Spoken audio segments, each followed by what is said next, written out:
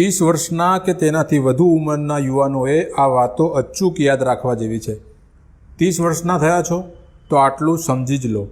અહીં આપેલી 15 વાતો દરેક યુવાનોએ એકવાર જરૂર સમજવા જેવી છે। આ ઉંમર સમય બગાડવા કરતાં કંઈક કરવાની છે।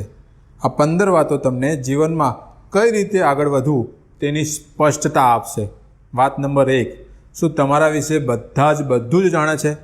આ વાત થોડી અલગ છે, પણ આજના જમાના પ્રમાણે સમજવા જેવી છે। શું તમે એક ખુલ્લી પુસ્તક જેવા છો?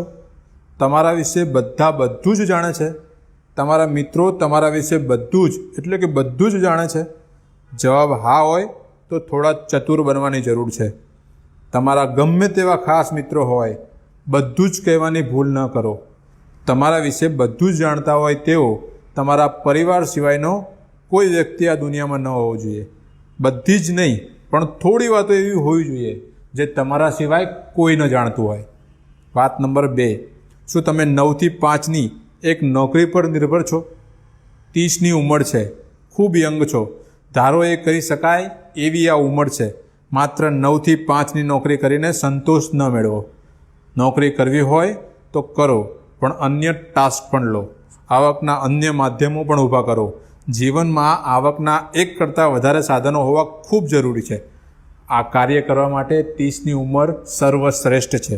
વાત નંબર 3, આરોગ્યને જાળવો। શરીરનું ખૂબ ધ્યાન રાખો। ગમે તે ન ખાઓ, યોગ્ય આહાર લો, 7 કલાકની પૂરતી ઊંઘ લો, થોડી કસરત કરો। તમારી પાસે એક જ શરીર છે, તેનું ધ્યાન રાખો। જીવનની અમૂલ્ય મિલકત તમારું શરીર છે, તેને ખૂબ સાચવો। કચરો શરીરમાં ના નાખો, શરીરને ઊર્જા મળે એવો જ આહાર લો। વાત નંબર 4, ખોટી આદતોથી દૂર રહો। આ ઉંમરમાં મિત્રો સાથે રજામાં વ્યસન કરવાની ખૂબ મજા પડે। તમે આવું કરતા હો તો ફરી વિચારવાની જરૂર છે। શરીરને સાચવવું હોય તો વ્યસનથી દૂર રહો। મિત્રો કરતા હોય તો તેના જેવું કરવાની જરૂર નથી। ભલે તમારી મજાક ઉડાવાય, તમે તમારા આરોગ્ય, તમે જોયેલા સપનાઓને જ મહત્ત્વ આપો।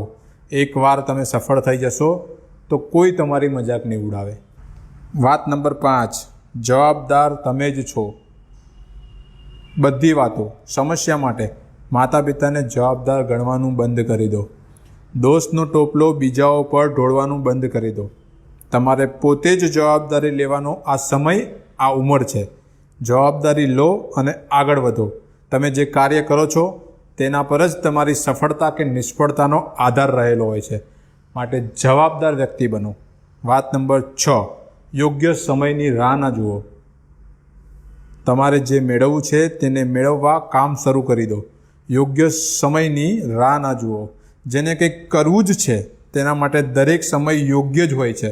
હકીકત એ છે કે આ બધા કામ ન કરવાના બહાના હોય છે, આળસ હોય છે। ઝડપથી કામે લાગી જાઓ। આ ઉંમર સપના પૂરા કરવા સખત મહેનત કરવાની છે। આ સમય ગયો તો તમારું સપનું જ બની રહેશે। યાદ રાખો, પસાર થયેલો સમય પાછો આવતો નથી। વાત નંબર 7, ટીકાને ધ્યાનથી સાંભળો। કોઈ તમારી ટીકા કરે તો નિરાશ ન થાવ, તેના પર ધ્યાન આપો। શું આ ટીકા સાચી છે? સાચી હોય તો વિચારો, તેને સુધારો, અને ખોટી હોય તો ભૂલી જાઓ। શીખતા રહો। તમારું પણ એક ઓબ્ઝર્વેશન હોવું જોઈએ। યાદ રાખો, સ્વસ્થ માનસિક સ્થિતિ તમારું શ્રેષ્ઠ હથિયાર છે। માનસિક સ્વાસ્થ્ય પર હંમેશા ધ્યાન આપો। વાત નંબર 8, બધા જોડે સલાહ લેવાની જરૂર નથી। બધા જોડે સલાહ ન લેવી જોઈએ। જેટલી સલાહ લેશો એટલા જ કન્ફ્યુઝ રહેશો। એક ઉદાહરણ ધ્યાન રાખો। અર્જુને માત્ર એક વ્યક્તિની જ સલાહ લીધી હતી અને દુર્યોધને બધા પાસેથી સલાહ લીધી હતી। તેનું પરિણામ શું આવ્યું? આપણી સામે જ છે। હવે તમે જ નક્કી કરો, સલાહ કેટલી વ્યક્તિ જોડે લેવી જોઈએ। વાત નંબર 9, પુસ્તકોને મિત્ર બનાવો। પુસ્તકોને તમારો સૌથી શ્રેષ્ઠ મિત્ર બનાવો। તે તમને બધું જ આપશે। જીવનના અનેક શ્રેષ્ઠ પાઠ તમને પુસ્તક જ ભણાવશે। વાત નંબર 10, લોકોને ઇમ્પ્રેસ કરવાની કોશિશ ન કરો। આ ઉંમર છે ઇમ્પ્રેસ કરવાની, પણ તેનાથી તમને શું મળશે? તમારી એક નકલી ઇમેજ લોકો સામે બનશે। પછી તેને જાળવી રાખવા તમે બનાવટી વ્યવહારો કરતા રહેશો। આવું ના કરો। ધનવાન બનો પણ ધનવાન છો એવો દેખાડો ન કરો. ઇમ્પ્રેસ કરવા જ હોય તો સ્વયંને કરો. વાત નંબર 11, કોઈના સહારે ન રહો. કોઈ આવશે અને તમારી મદદ કરશે, કોઈ આવીને તમને બચાવશે, કોઈ આવીને તમારી સમસ્યા દૂર કરી દેશે, આવા સપનામાં ન રહો. પરિસ્થિતિઓનો સામનો કરો અને કોઈના ભરોસે ક્યારેય ન રહો. યાદ રાખો, તમારી લડાઈ તમારે જ લડવાની છે અને તમારે જ જીતવાની છે. વાત નંબર 12, સ્વયંને ન છેતરો. પોતાની જાતને છેતરશો નહીં. કદાચ લોકો તમારા બહાના કે તર્ક સાચા માનશે, પણ ખોટા હશો તો સ્વયંને કેવી રીતે તમે મનાવી શકશો? સ્વયંને ન છેતરો. સ્વયં સાથે હંમેશા પ્રામાણિક રહો. વાત નંબર 13, તકની રાહ ના જુઓ. 30ની ઉંમરે તકની રાહ જોઈને બેસી રહેવું યુવાનીનું અપમાન કર્યા બરાબર છે. તક ન મળે તો તક ઊભી કરો, બાકી તકની રાહ જોઈને બેસી ન રહો. વાત નંબર 14, લોકો સાથે ચર્ચામાં સમય ન બગાડો. ચર્ચા વ્યર્થ છે. લોકો સાથે ચર્ચામાં ન પડો. તમે કોઈને તમારા વિચારોથી સહમત નહીં કરી શકો.